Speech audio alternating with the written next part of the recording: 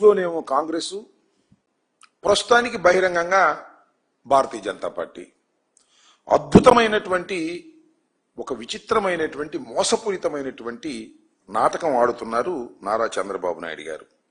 తెర ముందు బీజేపీతో ఉంటారు, తెర వెనుకేమో కాంగ్రెస్ పార్టీతో ఉంటారు. ఇది చంద్రబాబు నాయుడు గారి గేమ్ ప్లాన్.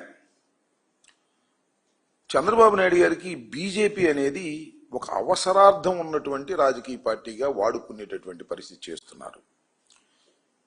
నిన్న చాలా విచిత్రం, హైదరాబాద్లో మనకు ఒకప్పుడు ఉమ్మడి రాజధాని, నందమూరి తారక రామారావు గారు కూడా హైదరాబాద్ రాజధానిగా ఉన్నటువంటి ప్రాంతాన్ని, మన ప్రాంతాన్ని ముఖ్యమంత్రిగా చేసినటువంటి వ్యక్తి. ఆయన విగ్రహాన్ని ఆవిష్కరించారు. ఎవరు ఆవిష్కరించారు? కాంగ్రెస్ పార్టీ ముఖ్యమంత్రి గారు ఆవిష్కరించారు. ఆవిష్కరించకూడదని కాదు నా ఉద్దేశం, కాంగ్రెస్ పార్టీ ముఖ్యమంత్రి గారు వెళ్లి ఆవిష్కరించారు. కాంగ్రెస్ పార్టీకి వ్యతిరేకంగా పెట్టినటువంటి రాజకీయ పార్టీ అని ఎన్టీ రామారావు గారు చెప్పారు. నిన్న మహానాడులో కూడా చంద్రబాబు నాయుడు గారు దాన్ని ఓదరగొట్టారు. ఇవాళ రేవంత్ రెడ్డి గారు వెళ్ళి దాన్ని ఓపెన్ చేస్తే అద్భుతమైన మాటలు చెబితే తెలుగుదేశం జెండాలు పుచ్చుకుని అందరూ స్వాగతం పలికారు. చిత్రం చూశారుగా. కాంగ్రెస్ పార్టీ ముఖ్యమంత్రి కాంగ్రెస్ పార్టీకి వ్యతిరేకంగా పెట్టినటువంటి ఒక రాజకీయ పార్టీకి స్వర్గస్థుడైనటువంటి ఎన్టీ రామారావు గారి విగ్రహాన్ని కాంగ్రెస్ పార్టీ ముఖ్యమంత్రి ఆవిష్కరిస్తుంటే తెలుగుదేశం జెండాలు పుచ్చుకుని వెళ్ళి ఆహ్వానం పలికారు. చంద్రబాబు నాయుడు గారు మాత్రం హాట్ గా మన ఈయనతో మాట్లాడుతూ ఉంటాడు రేవంత్ రెడ్డి గారితో. మీకు గుర్తుందో లేదో, చంద్రబాబు నాయుడు గారు ముఖ్యమంత్రి అయిన తర్వాత హైదరాబాద్లో ఒక మీటింగ్ పెట్టారు చంద్రబాబు నాయుడు గారు, రేవంత్ రెడ్డి గారు. ఏమిటయా మీటింగ్ అంటే విభజన సమస్యల పరిష్కారం కోసం ఒక మీటింగ్ పెట్టారు. గుర్తుందా మీకు? పెద్ద ఆర్భాటం చేశారు. వాళ్ళు చాలా కోరికలు అడిగారు, వీళ్ళు అడిగారు. తల వాసిపోయి తిరుపతిలో వాటా కూడా కావాలన్నారు వాళ్ళు. అంతేకాదు బీచ్లో కూడా వాటా కావాలన్నారు. అబ్బాయి ఇప్పుడు లాభం లేదు అబ్బాయి, మళ్ళా వాయిదా వేస్తున్నాం, దీనికి ఒక కమిటీ వేస్తున్నాం, ఈ కమిటీ అనేక సార్లు కూర్చుని సమస్యలు పరిష్కరిస్తుంది అన్నారు. మళ్ళా కమిటీ కూర్చుంది. ఏమిటి డ్రామాలు నాకు అర్థం కాదా. ఇలాంటి అద్భుతమైనటువంటి నాటకాలు ఆడుతున్నటువంటి పరిస్థితులు ఇవాళ మనకు కనిపిస్తున్నాయి. యాతావాత నేను చెప్పాలనుకుంటుంది ఏంటంటే, చంద్రబాబు నాయుడు గారికి ఇక్కడ కాంగ్రెస్ బి టీం, ఆంధ్రప్రదేశ్లో చంద్రబాబు నాయుడు గారికి కాంగ్రెస్ పార్టీ ఒక బి టీం. అలాగే తెలంగాణలో కాంగ్రెస్ పార్టీకి తెలుగుదేశం పార్టీ ఒక బి టీం. ఏమిటి డ్రామాలే నాకు అర్థం కాలేదు. ఏమిటి విచిత్రమైనటువంటి రాజకీయాలు? సిగ్గు లజ్జ ఉన్నాయా రాజకీయాల్లో? ఒక స్పష్టత లేదా? సరే, ఎన్టీ రామారావు గారు అంటే అందరికి గౌరవం, అది వేరే విషయం, ఎందుకంటే ఆయన పరమపదించాడు.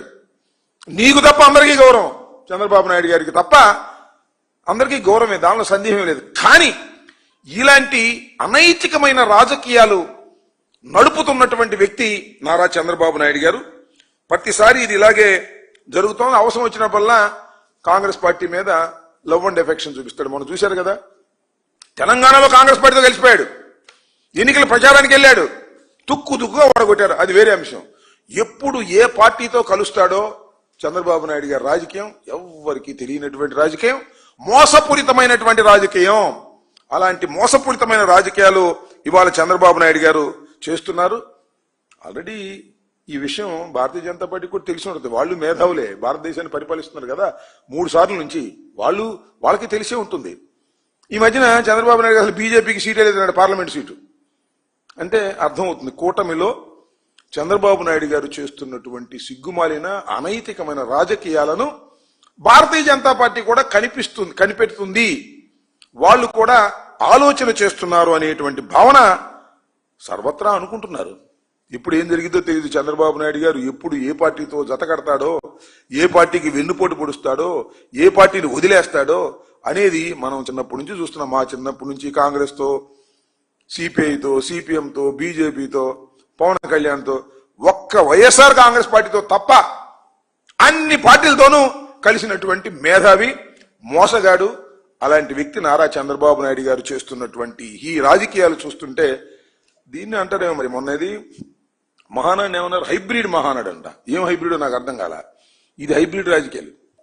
బీజేపీ కాంగ్రెస్ ఆ రెండింటికి పడదు, రెండు ప్రత్యర్థి పార్టీలు. కానీ చంద్రబాబు నాయుడు గారు రెండింటిని మేనేజ్ చేస్తాడు. This is hybrid. అద్భుతమైనటువంటి హైబ్రిడ్ రాజకీయాలు నారా చంద్రబాబు నాయుడు గారు చేస్తున్నారని చెప్పడానికి ఇంతకన్నా పచ్చి ఉదాహరణలు ఏమైనా ఉంటాయా నేను అడుగుతా ఉన్నా. రేవంత్ రెడ్డి గారు మామూలుగా పొగళ్ళ.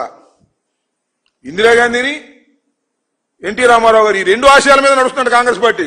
ఇది ఉంపదేక చంద్రబాబు ఆశయాలతో పాటు కూడా నడుస్తుంది కాంగ్రెస్ పార్టీ అని ఇంకా చెప్పలా పొరపాటుని. ఇలాంటి దౌర్భాగ్యమైనటువంటి రాజకీయాలు, అనైతికమైన రాజకీయాలు నారా చంద్రబాబు నాయుడు గారు పదే పదే ఆడుతా ఉన్నాడు. ఇంకపోతే మహానాడు 2 రోజుల పాటు జరిగింది. చాలా అద్భుతంగా జరిగిందని చెప్తున్నారు. ఎవరు? ఆంధ్రజ్యోతి, ఈనాడు, వాళ్ళకు ఉన్నటువంటి TV5 ఇవి అద్భుతంగా జరిగింది. Full success. ఇవాళ మీరు పేపర్లు చూడండి, మహానాడు సక్సెస్ అని ఫ్రంట్ పేజీలు వేసుకుంటున్నారు. ఎందుకు వేసుకోవాలి అసలు నాకు అర్థం కాల. సెక్స్ అయితే అసలు వేసుకోవాల్సిన అవసరంలా. సక్సెస్ కాలేదన్నమాట. చూస్తున్నా నేను వాట్సాప్లోను, అక్కడ ఇక్కడ యూట్యూబ్లోను. ఏమండి మాకు చీరలు ఇస్తామని తీసుకెళ్లారు, చీరలేక కొట్టారండి నేను ఒక ఆమె. మాకు డబ్బులు ఇస్తామన్నారు, డబ్బులేక కొట్టారండి ఒక ఆమె.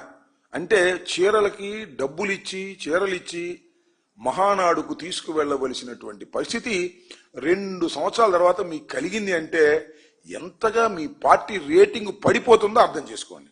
ఎవరైనా ఒక ప్లేనరీ పెట్టారంటే ఏమనుకుంటారు? చేసినటువంటి హామీలను నెరవేర్చాం, కొత్త హామీలు ఇస్తున్నాం, లేదా కొత్త వరం ఇస్తున్నాం అని అనుకుంటారు. చేసిన హామీలే, ఇచ్చిన హామీలే తీర్చినటువంటి పరిస్థితి. నిరుద్యోగ భృతి సంగతి లేదు, మహిళలకు ఇచ్చే డబ్బులు లేవు, సూపర్ 6లో సగం లేవు.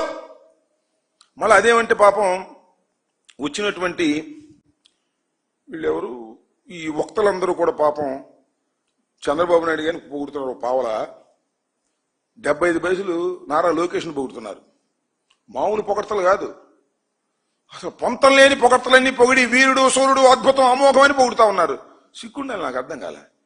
చంద్రబాబు నాయుడు పొగిడారంటే అది వేరే విషయం.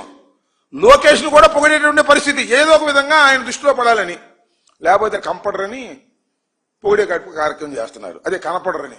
ఈ విధంగా లేనిపోని పొగడ్తలు పొగుడుతున్నారు నారా లోకేష్ గారిని. అసలు నారా లోకేష్ గారిని అడుగుతా ఉన్నాయా, నారా లోకేష్ గారు మీరు విద్యాశాఖ మంత్రి కదా, డిఎస్సి, మెగా డిఎస్సి ఇవాళనే విద్యార్థి విభాగం వైఎస్ఆర్ కాంగ్రెస్ పార్టీకి సంబంధించి రాష్ట్ర వ్యాప్తంగా నిరసన ప్రదర్శన చేయడం జరిగింది. ఇవాళ మెగా డిఎస్సీలు ఎంత మోసం చేశారయ్యా, ఎంత దుర్మార్గం చేశారయ్యా. స్పోర్ట్స్ కోటా అని చెప్పేసి 3% అని చెప్పేసి 420 మందికి మీరు సర్టిఫికేట్లు ఇచ్చారు, వాళ్ళందరికీ ఉద్యోగాలు ఇచ్చారు. సర్టిఫికేట్ ఒక్కోటి 10 లక్షలు 15 లక్షలకు అమ్ముకున్నారే లోకేష్ గారు, లవకేష్ గారు, అమ్ముకుని వసూలు చేసుకున్నారే. ఇంతకన్నా దౌర్భాగ్యం ఏమైనా కావాలా? నిరుద్యోగి భృతి ఇవ్వకపోయావు. నిరుద్యోగులకు మెగా డిఎస్సి పెడతానని చెప్పి పెట్టి దానిలో అన్ని అవకతవకలు చేసి స్పోర్ట్స్ కోటాని, సర్టిఫికెట్లని 10 లక్షలకి 20 లక్షలకి అమ్ముకొని డబ్బు చేసుకునేటటువంటి దీనస్థితికి ఇవాళ మీరెళ్ళి మహానాడులో అద్భుతంగా పొగిడించుకునేటటువంటి కార్యక్రమాలు చేస్తున్నారు. ఇది చాలా దుర్మార్గమైనటువంటి రాజకీయాలు ఇవాళ మీరు చేస్తున్నారనే విషయాన్ని మీరు గమనించలేకపోతున్నారు. డబ్బా కొట్టేవాళ్ళు కొడతా ఉన్నారు. ఒక ఆయన డబ్బా కొడుతున్నాడు. రామన్న రూపుదిద్దిన పార్టీ అంట. రామన్ అంటే ఎన్టీ రామారావు గారు. రూపుదిద్దిన పార్టీ, బ్రహ్మాండం, బాగుంది. చంద్రన్న తీర్చిదిద్దిన పార్టీ. చంద్రన్న గారు చంద్రబాబు నాయుడు తీర్చిదిద్దాడు, అధికారంలోకి తీసుకొచ్చాడు, అనేక అన్యాయాలు అక్రమాలు చేశాడు, వెన్నుపోటు పొడిచాడు, పార్టీని ఆక్రమించుకున్నాడు. చంద్రబాబు నాయుడు గారు ఎన్టీ రామారావు గారు వారసులందరినీ తొక్కి పారేసి తీర్చిదిద్దాడు. ఇప్పుడంటే ఆయన తెలంగాణ నుంచి వచ్చాడు, ఇక్కడ ఆయన కూడా కాదు. ఈయన తుది మెరుగులు దిద్దుతున్నా అంటే ఎవరు? లోకేష్. తుది మెరుగులు దిద్దుతున్నాడు. తుది మెరుగులు కాదు, తుద ముట్టించడానికి సిద్ధంగా ఉన్నాడు. మళ్ళీ 3 సంవత్సరాల తర్వాత తెలిసింది. ఇప్పుడు తెలియదు మీకు. 3 సంవత్సరాల తర్వాత ఎన్నికలు జరిగితే లోకేష్ గారి నాయకత్వంలో తుద ముట్టించేశాడు తెలుగుదేశం పార్టీని అనేటువంటి మాట వస్తుంది. ఎందుకంటే పచ్చ సైన్యం, మా పచ్చ సైన్యం అంటాడు. పచ్చ సైన్యం ఇటువరకేమో, ఆ పచ్చ సైన్యానికి ఒక పిచ్చి లీడర్ దొరికాడు, ఆయనే లోకేష్ బాబు గారు. ఆ లోకేష్ బాబు గారు దీన్ని సర్వనాశనం చేసేంత వరకు వదలడు అనేటువంటి భావన ప్రజల్లో, ముఖ్యంగా తెలుగుదేశం పార్టీ వాళ్ళనే కలుగుతుంది. నాలో కాదు, మాకు కాదు. తెలుగుదేశం పార్టీలో సీనియర్స్ అందరూ కూడా ఈ ముద్దబ్బాయిని తీసుకొచ్చి ఇక్కడ అధికారం ఇవ్వాలని ప్రయత్నం చేస్తున్నాడు నారా